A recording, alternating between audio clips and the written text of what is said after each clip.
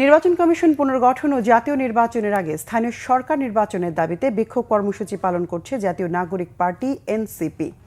বুধবার ঢাকা মহানগর এনসিপির উদ্যোগে আগারগাঁয়ে নির্বাচন কমিশন ভবনের সামনে বিক্ষোভ কর্মসূচি পালন করছে দলটি।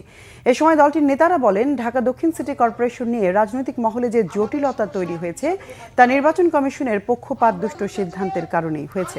অভিযোগ করেন, পতিত ফ্যাসিস্ট শেখ হাসিনা সরকারের কমিশনের মতোই বর্তমান নির্বাচন কমিশন কাজ করছে। তাই সংস্কার কমিশনের প্রস্তাবনা বাস্তবায়নের মধ্য দিয়ে নির্বাচন কমিশন পুনর্গঠনের দাবি জানান তারা। এ সময় দক্ষিণ সিটি কর্পোরেশন অবরোধ করে আন্দোলন করায় বিএনপি নেতা ইশরাক হোসেনের অনুসারীদের সমালোচনা করেন এনসিপির বিভিন্ন থানার প্রতিনিধিরা।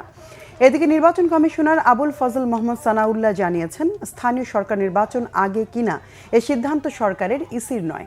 এনসিপির দাবি রাজনৈতিক, ইসি নিরপেক্ষভাবে কাজ করছে বলেও মন্তব্য তার।